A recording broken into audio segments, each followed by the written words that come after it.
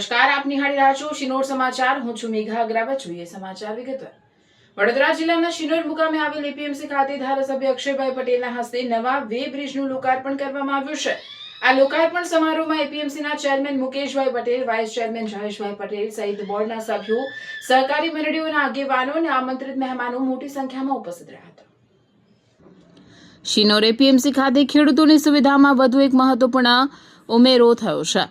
APMC ખાતે નવનિર્મિત way બ્રિજનું ધારાસભ્ય અક્ષયભાઈ પટેલના હસ્તે વિધિવત લોકાર્પણ કરવામાં આવ્યું હતું. લોકાર્પણ સમારોહ દરમિયાન ખેડૂતોના વિવિધ પ્રશ્નો અને માંગણીઓ અંગે પણ ચર્ચા કરવામાં આવી હતી.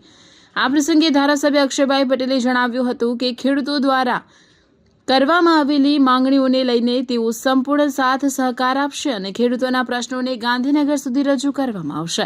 સાથે જ શિનોર એપીએમસી સાથે સંકળાયેલા સાદલી અને સેગવા ખાતેના સેન્ટરોમાં પણ વધુ વિકાસ અને સુવિધાઓ ઊભી કરવામાં આવશે, જેથી ખેડૂતોને નાની મોટી કામગીરી માટે શિનોર સુધી આવવાની જરૂર ન પડે અને સ્થાનિક સ્તરે જ જરૂરી સુવિધાઓ મળી રહે. ધારાસભ્ય અક્ષયભાઈ પટેલે શિનોર એપીએમસીના ચેરમેન, વાઇસ ચેરમેન તથા તમામ બોર્ડના ડિરેક્ટરોનો આભાર વ્યક્ત કર્યો હતો. ખેડૂતોની જરૂરિયાતને ધ્યાનમાં રાખીને શરૂ કરવામાં આવેલી વે બ્રિજની આ સુવિધાથી ખેડૂતોને સરળતા મળશે અને એપીએમસીની કામગીરીમાં પણ વધુ પારદર્શિતા તથા સુવિધા વધશે. શિનોર એપીએમસી ખાતે વે બ્રિજની સુવિધાનું લોકાર્પણ થતાં ખેડૂતોને વધુ એક મહત્વપૂર્ણ સુવિધા મળી રહેશે. આવનારા દિવસોમાં સાદલી અને સેગવા સેન્ટરોમાં પણ વધુ વિકાસ થાય તેવી આશા વ્યક્ત કરવામાં આવે છે. રિપોર્ટર સંજય ખત્રી સાથે કેમેરામેન રવિ ઠાકોર, શિનોર સમાચાર ન્યૂઝ, શિનોર.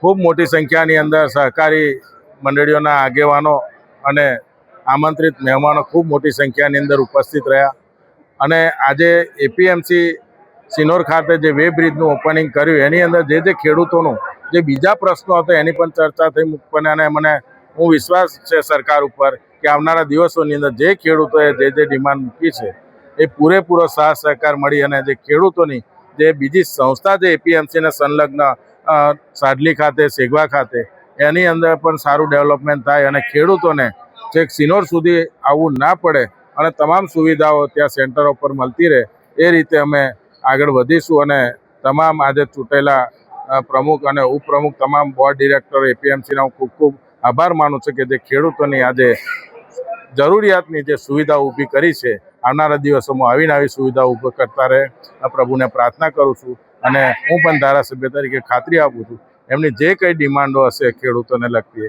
એ ડિમાન્ડો ગાંધીનગર સુધી રજૂઆત કરી અને આ વિસ્તારનો કોઈ પણ જરૂરિયાતો જેવી વસ્તુ છે તમામ વસ્તુઓનો નિકાલ કરવા અમે સાથે રહીશું.